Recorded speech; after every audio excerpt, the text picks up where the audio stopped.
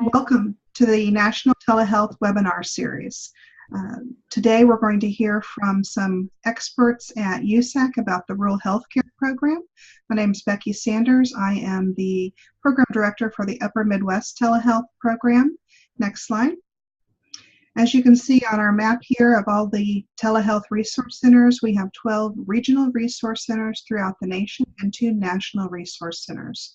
The national resource centers are TTAC, which focuses on technology, and CCHP, which focuses on policy. All 14 of us are grant funded through HHS and HRSA, the Federal Office of Rural Health Policy, and the Office for Advancement of Telehealth. Next slide. So as I mentioned earlier, before we start the recording, we will reserve time at the end for the Q&A via the Q&A function.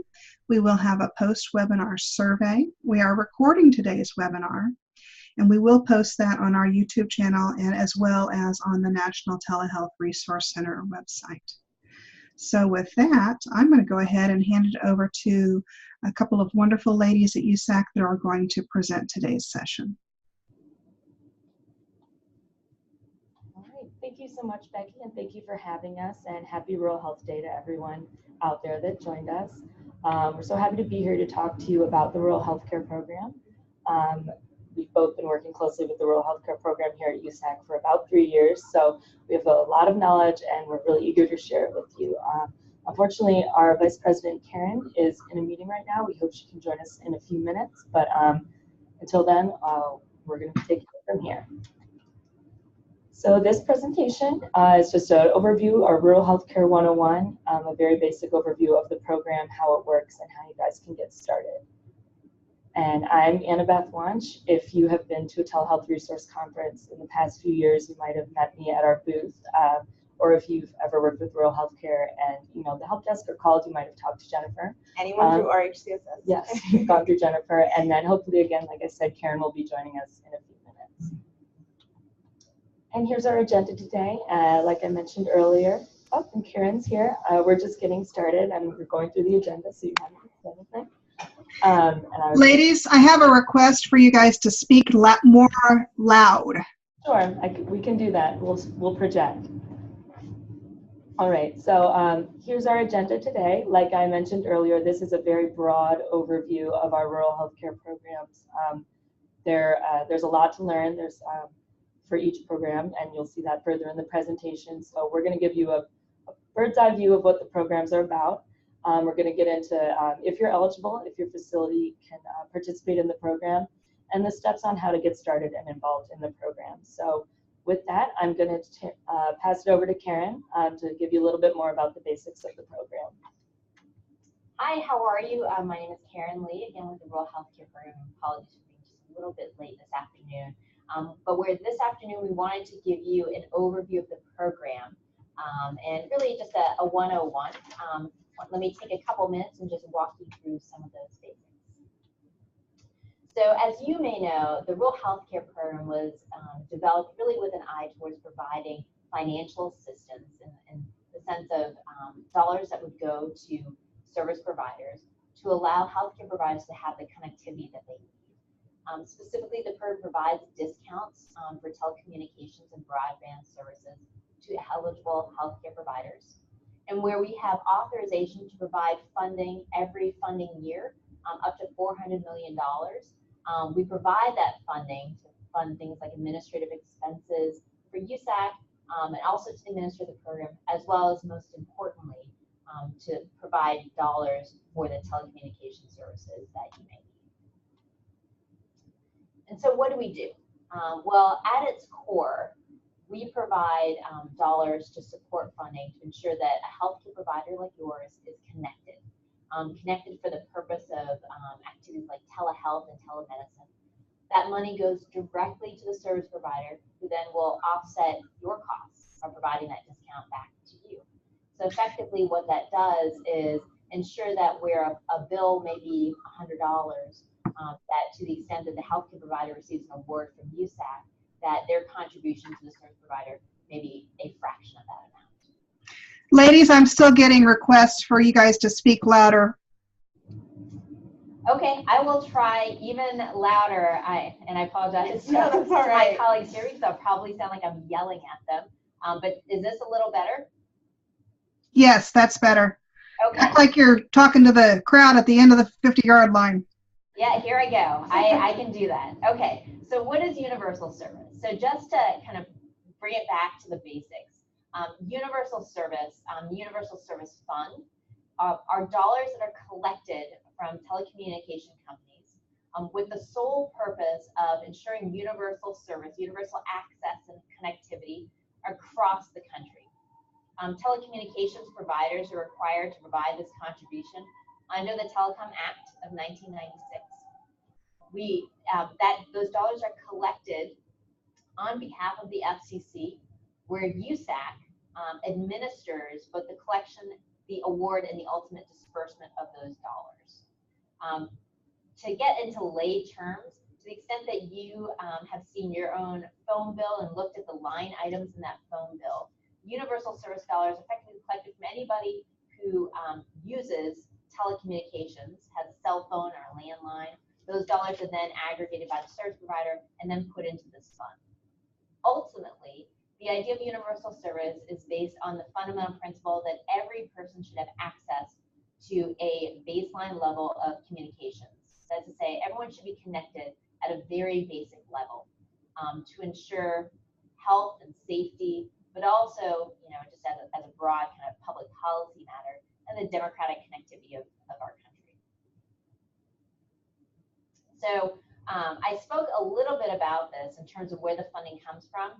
Outside of the bullets here, just at its core, the dollars come from service providers, where some of those dollars are pulled from customers of those service providers. Those dollars are contributed to USAC for the purpose of the fund every quarter. And then those dollars are then used to make awards, as in the Rural Healthcare Program. Okay, so where the Universal Service Administrative Company, or USAC, is the company that administers, the organization that administers the Universal Service Fund in total. The fund has 4 major areas of focus, of which rural healthcare is one. A second is something we call the Lifeline Program that provides reduced rates for individuals, for low-income customers. A third program is the High Cost Program that provides reduced rates for the purpose of building infrastructure, both telecom and broadband, in eligible areas. And the fourth is what we call the Schools and Libraries Program. Also, you may have heard of that referred to as the E-rate program, that provides funding to schools and libraries for telecommunications and broadband access. Okay, so we are all most interested in the Rural Healthcare Program. I dare say that for the 3 of us here and the rest of the department here, Rural Healthcare Program is the most important for us. It is at the core of life and limb and safety. There are 2 components of the Rural Healthcare Program as it's been designed under the FCC. The first is what we call the Healthcare Connect Fund, also referred to as the HCF Program. That program was only recently designed in the past 5 years or so, where it supports broadband connectivity and broadband networks for eligible service providers. Under this program, eligible services and equipment receive a 65% discount. So that's to say, if your bill is $100, your discount, you would get $65 off of that. The second program is the long-standing, probably the elder of the programs, the Telecommunications Program, or we call it the Telecom Program for short. This program funds the difference between the urban and the rural rates that would be applied to a healthcare provider, an eligible rural healthcare provider. And what I mean by that, the difference between the rate, is that you all know very intimately that the rates for your services, if you're in a rural area, will be higher than an urban area. Pure economics is sort of the basic reason for that. And so under the Telecom Program, the way the Telecom Program endeavors to make telecommunications affordable for you as a healthcare provider is to fund the delta, the difference between how much you would pay as a rural healthcare provider versus if your healthcare provider was situated in an urban or city location. And that essentially then sort of aligns the dollars that would be needed, or the cost of you getting telecommunications access between a rural and an urban entity, effectively making you similarly situated. This program has been maintained even after the healthcare, the HCF program was put into place. So why is the RHC program so phenomenal? Why do we love it so much here at USAC? Well, fundamentally for the mission that you all provide, it saves time and money for the ultimate purpose of provisioning healthcare services. You don't need me to tell you this. You are at the front lines. By providing functionality to have telehealth or telemedicine or telepsychology or psychiatry, what have you, that allows your rural healthcare clinics to have access to services that you may otherwise may not have simply because of where you're geographically located. And one highlight of this is one that we know that our colleagues at UVA Telemedicine Clinic know very well, and we like to highlight quite a bit, which was the impact of the RHC funds that allowed for reduction of time and burden of patients having to access specialists for the purpose of their health care. And so I won't go into this much more because I'm sure I'm preaching to the choir of why you know this program is helpful and so very important. For us here at USAC, we very intimately and deeply understand the purpose and the mission and the importance it has in the community. And so at its core, from a USAC perspective, we know that broadband and telecommunications are directly related to the ability of our 21st century healthcare to provide the services it needs, specifically when we talk about rural healthcare and what you all provide on a daily basis. So now we're going to get into the Are You Eligible portion of this presentation. So in order to participate in the program, your eligibility has to be determined first. And in order to do that, there are two forms that have to be filled out that are very specific to the two different programs. One is the Form 460 for the Healthcare Connect Fund, and the other is the Form 465 for the Telecommunications Program. So in order to determine eligibility, there are three criteria to meet. One is the status, the second is the facility type, and the third is the rural location. So please keep in mind that eligibility is determined by your site location or your healthcare provider address. So each HCP site or location is considered an individual HCP for purposes of calculating support under the RHC program. Thus, each site has to demonstrate itself as an eligible entity. The status includes not-for-profit and public. And lastly, the actual HCP type. Now, this is kind of important because there are different categories, and some people ask if we can let them know what category they meet.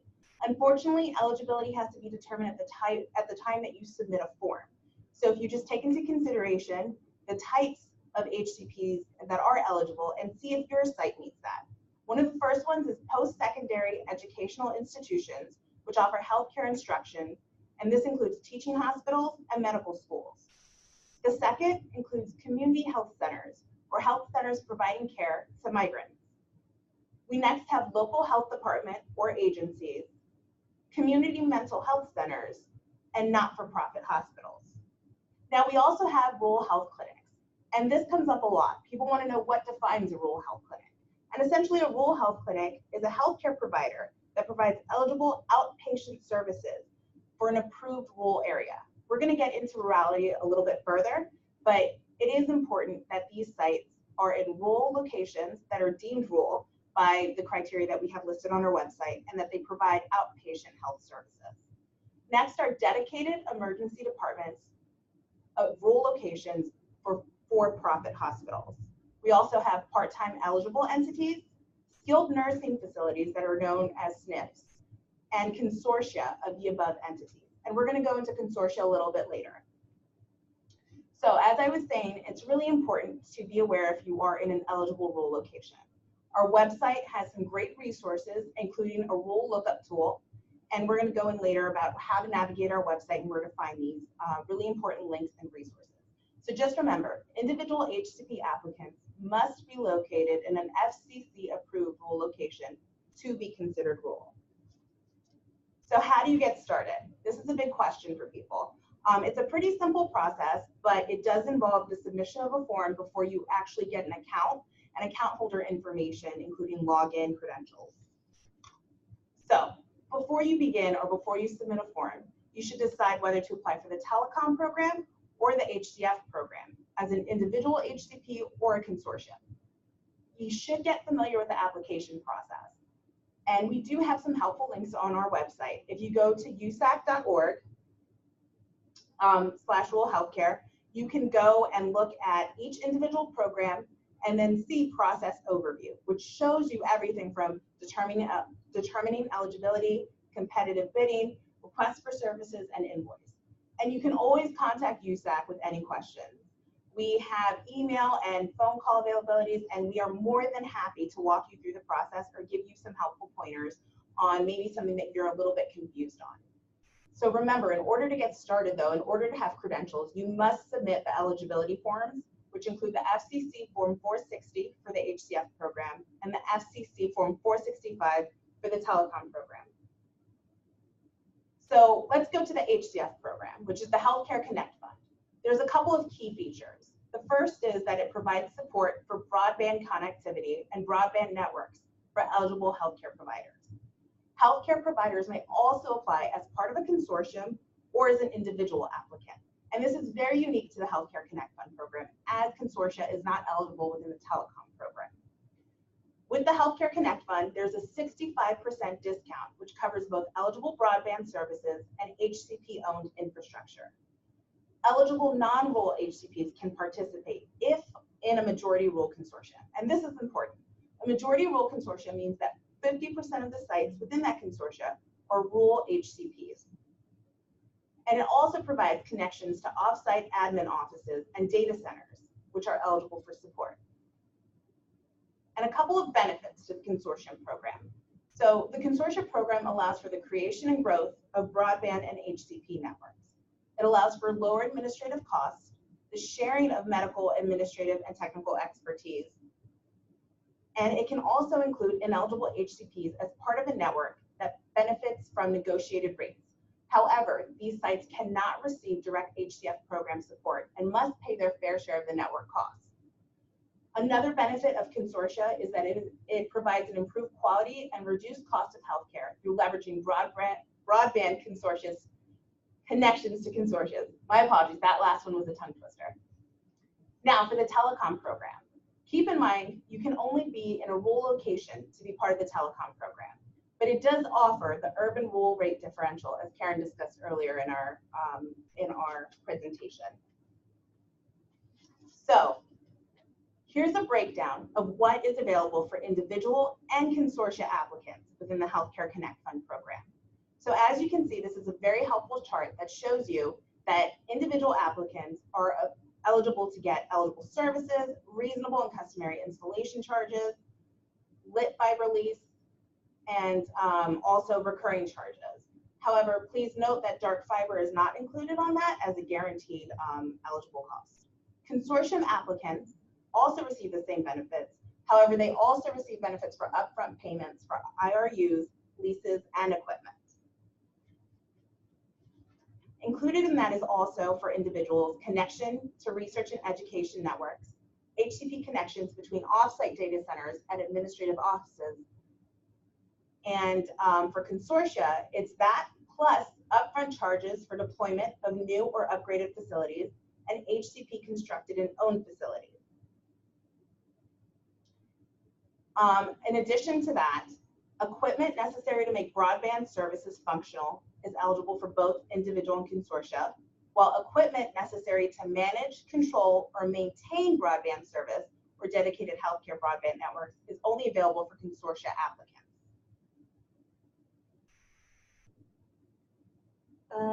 Let's see, we have a couple of questions which we will get into afterwards, but it does have to do with maybe some more details in terms of the eligible services. I do want to remind you that this is just a very broad overview of what can be eligible, but also remind you that eligibility is only determined once a form is submitted. So we can't guarantee eligibility without having that submission in front of us, reviewing it, and then approving it. So HCF and Telecom program comparison. This is a really helpful chart to show you the key differences between both programs and may help you decide which one you would like to apply for in the future. So the HCF program, again, has a 65% flat discount rate on all eligible expenses. And the Telecom program has a calculated differential of the urban-rural differential cost of services. Rurality, an HCP can be located in a non-rural location as a member of an eligible consortium, as long as that consortium is majority rural in the HCF program. However, in the Telecom program, you have to be an individual rural HCP in order to participate. Offsite expenses also vary, as in the HCF program, connections associated with offsite data centers and offsite admin offices used by eligible HCPs may be eligible for the purposes of funding. However, in Telecom, no offsite associated connections are eligible for funding. And I do realize that these are very high level details of the program, but it is good to have that in mind as you're trying to decide which one to apply for. And of course, if you ever have any very specific questions, we are always here to answer them and walk you through the process. Now, another comparison with eligible expenses, as you can see, is that the HCF program does fund broadband services, network equipment, and HCP constructed and owned network facilities, while the Telecom program is exclusively for telecommunication services. Now, the application options, you can apply as both an individual or a consortium within the HCF program. But in the Telecom program, you must be an eligible individual HCP in a rural location. You can also obtain multi-year funding in the Healthcare Connect Fund. However, in Telecom, commitment is for 1 year at a time, so you do have to apply every year. And determining eligibility, like I said earlier, decisions about eligibility or eligibility of services cannot be done outside of a form review. We're always here to answer questions and to guide you through the process, but in order to determine your eligibility, either as a HCP or the eligibility of the services you're requesting, you have to submit the necessary forms. So again, a major way that we differentiate between the two programs are in the form numbers or the form names. And right here is a really helpful chart. The HCF program has the forms 460 through form 463. The form 460 is the eligibility and registration form. The 461 is the request for services form. The form 462 is the funding request form. And lastly, in order to invoice and receive the disbursement of funds, you would have to submit the form 463. In the telecommunications program, it's slightly different in that the form 465 serves as both the eligibility form as well as the description of services requested and certification form. The form 466 serves as the funding request and certification form, while the form 467 is the connection certification form. And a lot of times we have applicants calling that are part of one or both programs and are not sure which one it is. So we usually ask them for their form number in order to really help them and understand what program and what process they're working under. Here's a really helpful chart that breaks down both the Healthcare Connect Fund program in orange and then the telecommunications program in that beautiful green color. And you can kind of see that it is mainly a 6-step process. And depending on which program you're a part of, the forms will vary and the process will also vary, just slightly. Now, the RHC program, we do have fund years, and they do range from July 1st to June 30th of the subsequent calendar year. And our fund year 2018 begins on July 1st, 2018, and ends June 30th, 2019. We also now have filing window periods, which is a fixed period during which all qualifying funding requests are received and treated as having been submitted on the same day for the purposes of making funding commitment decisions. Each funding year can have multiple filing window periods, and we do try to keep our applicants abreast of any new upcoming deadlines or information. So here's just a really quick but helpful calendar about upcoming fund year 18. And it does outline it based on when the filing window opens up, which is February 1st to April 30th. And then we do show in a dark blue color the entire fund year 2018, which begins July 1st to June 30th. And of course, July 1st of 2018 to June 30th of 2019. And we do have these wonderful resources on our website, and we're always here to answer any questions in terms of timing or suggested submission dates in order to meet deadlines. So we do have milestones to request funding for Fund Year 18, and I do understand that this may be a little high level for anyone who has not gotten started or has not applied for the rural healthcare program. However, these are great milestones and recommendations to keep in mind. Now, these dates, not all of them are hard deadline dates. Only the last row to submit funding requests are, but all the other ones are recommended submission dates that can help you meet deadlines and just stay on track in order to participate in Fund Year 18. This also can be found on our website, and if you have any questions regarding them, please feel free to reach out to us and we can go into greater detail. Now, the previous one was actually for the Healthcare Connect Fund, just to be very clear, because again, we do have different forms and the process does vary slightly. And this one is for the Telecom program, which again, you would have to submit the form 465, which is the eligibility and request for services form in order to meet the hard deadlines for the form 466. And again, this is all for Fund Year 2018, which begins on July 1st, 2018 and goes until June 30th, 2019.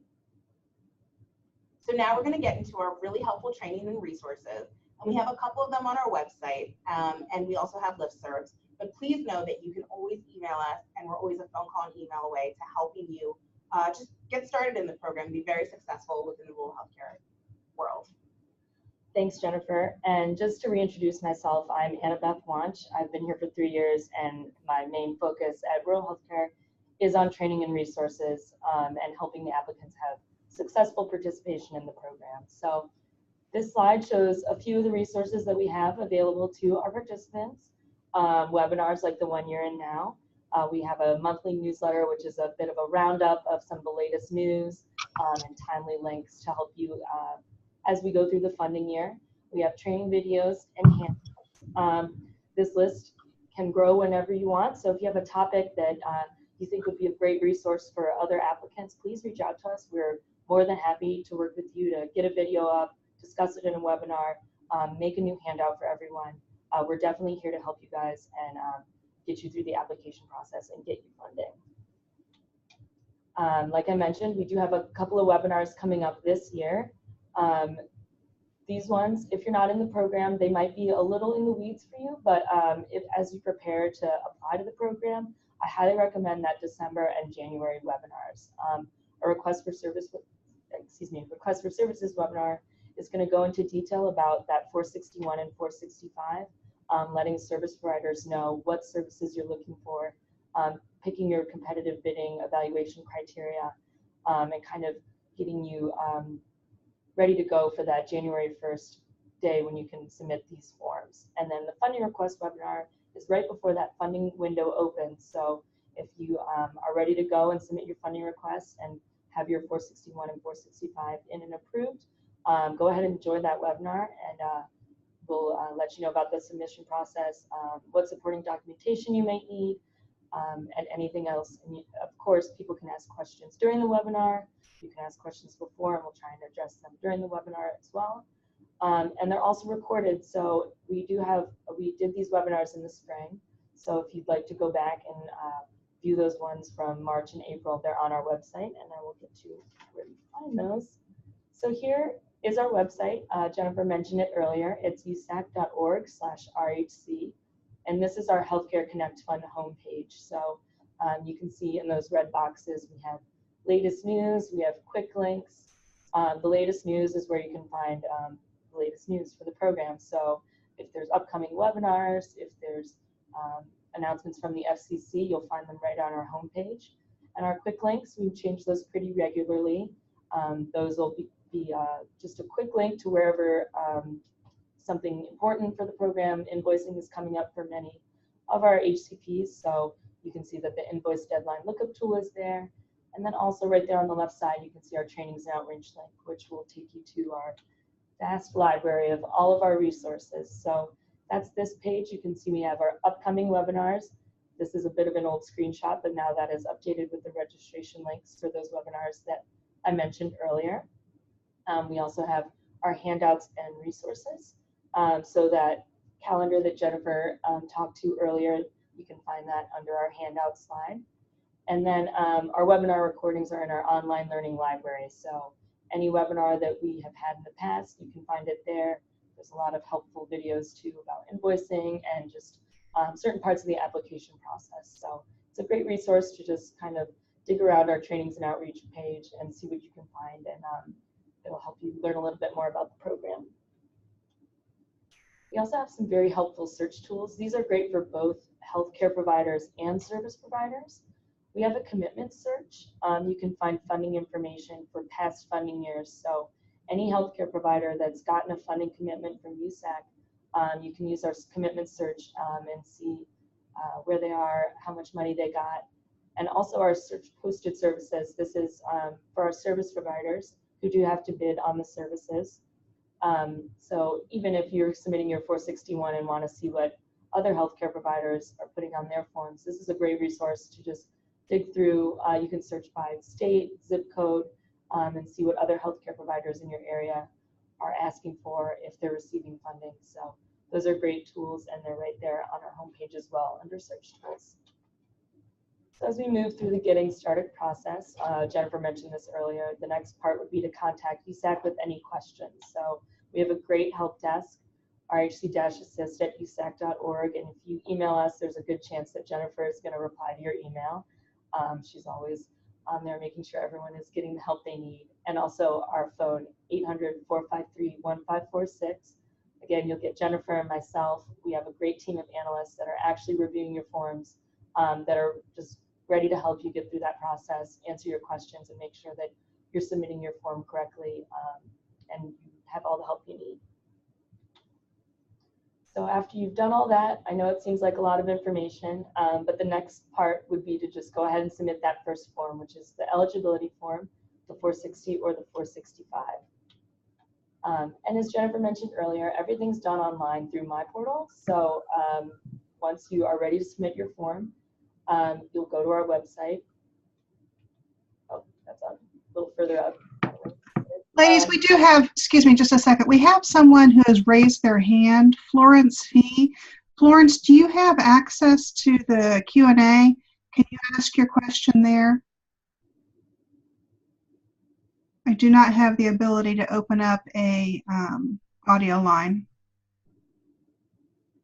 So while we paused, I also just wanted to address John's question. I see John asked a question in regards to eligibility of services, and I just wanted to make it very clear that eligibility is determined once a form is submitted, and this includes eligibility for the program and eligibility of services. So I'm happy, John, if you want to connect with us, you can email rhc-assist@usac.org, and we can kind of help you through that process if you're not already started. But at that point, we can kind of go into greater detail, because a lot of the times eligibility of services, it's not just what you're requesting, but how you're requesting it, what's it for, and there's greater detail that goes into determining the eligibility of a funding request. So if he's just available to email us, you can email us directly at rhc-assist@usac.org, and we can definitely further that discussion on the site. Thank you, John. So that was rhc-assist@usac.org? Yes. Thank you. No problem. All right, and as we get back to MyPortal, this last bullet point here is pretty important. So whatever email address you choose to register with MyPortal and your HCP is very important, because you'll get all the email correspondence about your forms and your HCP to that email address. And the great thing about MyPortal is you can add other account holders, so more people are getting this correspondence, and you're really up to date with your forms. You never miss a deadline. So. And if you have any questions about adding other account holders, again, you can reach out to RHC-assist, and we can help you do that. So as you get ready to submit that first form, these are the eligibility forms. So we're just seeing if your site is eligible to receive funding. So it's pretty basic information, your address, your contact information, what type of facility you are, like from that slide that Jennifer mentioned about all the eligible facility types, and then just certifying your form and signing it. An important note here is that these first forms must be completed in a single session. You can't save it and come back, because this first form is how you create your account, so it just needs to be done in one fell swoop. So it really helps if you have all this information ready to go before you begin the form. And if you, again, are have questions about if the information you have is good enough to fill out the form, just give us a call and we can help you through that. And like I just mentioned, so your account is actually created when you submit this 460 or 465, and after it's submitted, you'll get an email confirming the submission with the email address that you registered. So how to even get to My Portal? So if you go to our homepage, we have two ways to get to our My Portal application system. They're in red boxes here. You can just click those, and then you'll be taken to this applicant update page, but it's that blue button there that will take you to the e-file homepage, which looks like this. And if you're going to it for the first time, that red box at the bottom, you'll just click new RHC applicant, and that you won't, because you won't have an e-file sign in yet. So you'll click that, and then select which form you want to fill out, and then you'll be taken to the form and you can get started.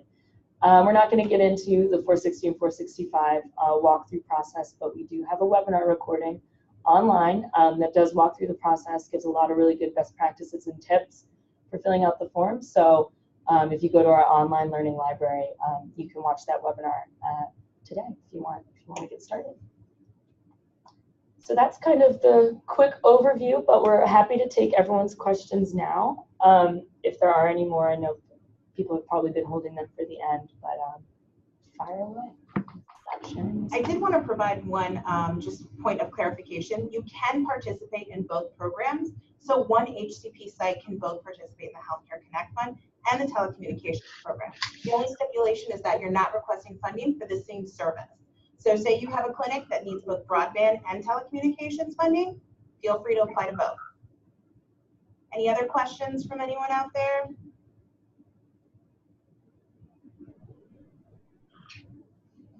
This is Becky Sanders. I'm not seeing any additional questions at the moment, but thank you, ladies, very much for this overview. It's very helpful, and I know we had a lot of newbies on the call because I was typing away in the Q&A explaining some acronyms. So Here's a question. I see one question from Kristen in terms of the PT status eligibility. I believe she may be talking about the part-time status. And say, for instance, in a lot of rural locations, one address can serve many different things. So say there's a rural health clinic within an address that does something else. So what that means is that you yourself, that site, is in a rural location. You do provide healthcare services. You meet those other eligibility criteria, but for whatever reason, the actual location may share services with something else. So in that case, this would then go into the funding request portion, where we look at well, what percentage of services are used for those healthcare services that you're giving at that location. So again, we can go into greater detail about that once you've submitted those forms, you determine your eligibility, and then you request funding. But that's kind of what we mean by PT status, I believe.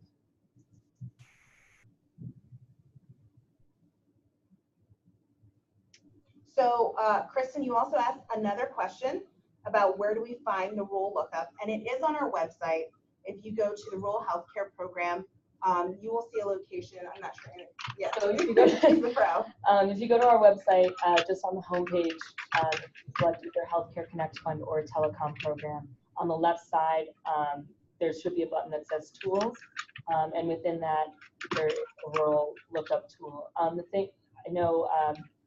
There's a lot of government definitions of what rural is. For the FCC, the rural definition is based on your census tract. We also have a way that you can look up your actual census tract on our website.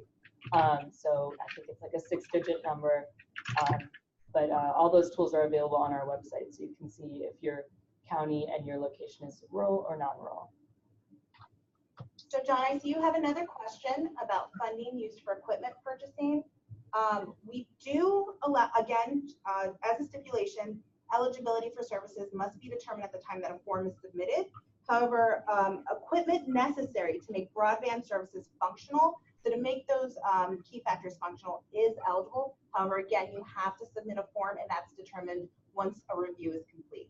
But again, feel free to email us once you've submitted that form, or if you're in the process of submitting at that time, if you have any additional questions about what information you must put there, or just to, ask some questions for clarification purposes. And when we say make the broadband service functional, it's things like routers, firewalls, switches to actually get that circuit up and running. So it's not software. We like to say the funding kind of provides the highways, not the cars on the highway. So we'll get you connected, but a lot of our healthcare providers, they use that savings to, buy those cars that go on the highway, whether it's a telemedicine cart or software to help with, transfer of records or anything. So there's a lot you can do with the Healthcare Connect funding.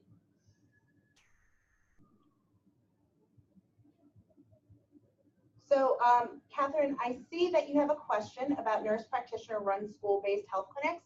And again, eligibility is determined once a form is submitted. But if you are in a rural location and you are providing medical services, you may be eligible. Again, if you just get started on either the Form 460 or Form 465, our form reviewers, once you've submitted, will be in touch just to clarify what's going on at that location, get some more details, but you may be eligible.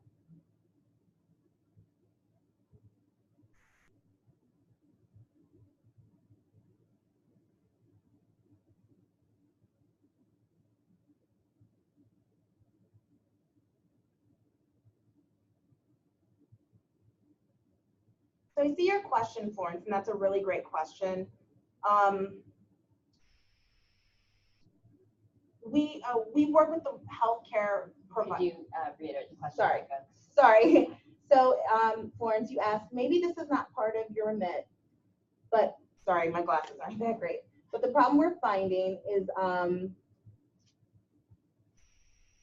how do you get treatment to patients to show up to these rural clinics? So I guess getting people to these rural health clinics, including veterans with PTSD, Spanish-speaking individuals who suffer from social stigmas and health disorders who are afraid to go to clinics in an environment of immigration sensitivity.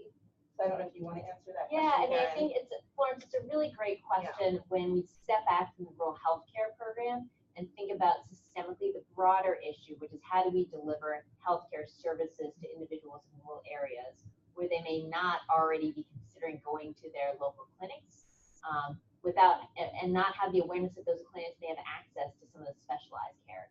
It's a great question. It's one that I know across the federal government we struggle with to ensure that individuals like veterans get the access that they need. From a rural healthcare program perspective, we are not at a level of visibility to fully appreciate the extent of the problem, nor are we able to touch and feel those individual patients.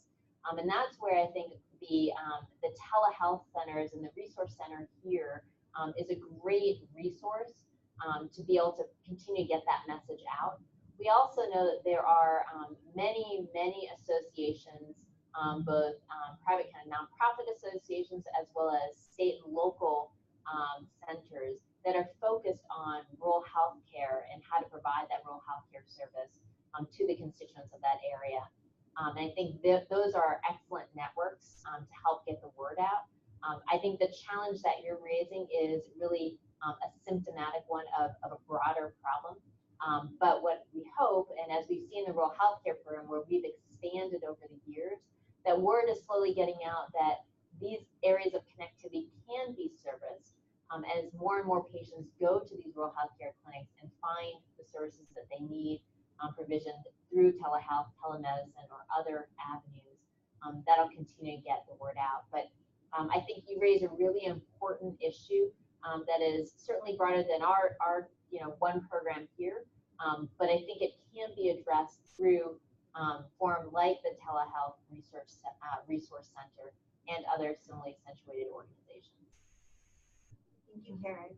We also have a question from Ashley, and that is, how do we decipher rural eligibility? So this includes like the rural census tract numbers. So essentially when you go on our website and you go to the eligible rural area search page, you'll go to one where you can select your state and look up the census tract code. Once you have your county census tract number or BNA, we have a hyperlink in which you can look for your regional census bureau office or use the Texas A&M website to use that census tract number and determine whether you are in a rural area or not. So again, it's in our eligible rural areas search page, and you'll find it under Determine Your County Census Tract Number or BNA.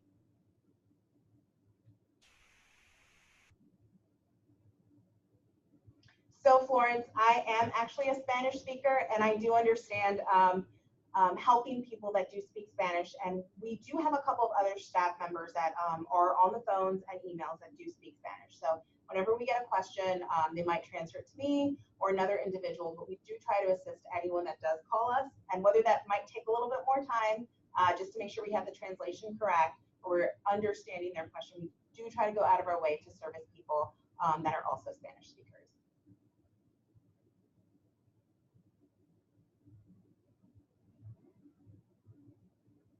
So I'm not sure if we have any other questions, Becky, but. So this is a last call for questions, everyone. And again, thank you so much for all of your expertise and for taking time out of your busy days to bring this topic to our national webinar series. It was our Yes, pleasure. thank you so much for having us. I wanted to thank both you, Becky, and Kathy for the invitation to speak this month. I know that you all have a lot to talk about as a forum, and so your time is precious as well.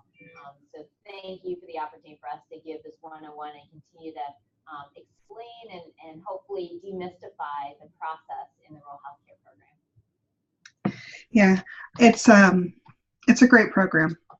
So got another thank you.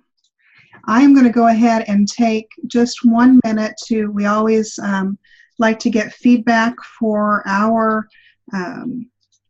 grantor. So with the Telehealth Resource Centers, our grantor is the Federal Office of Rural Health Policy. I'm going to put in a survey link. If you would please just take a couple of minutes to answer these questions in the survey.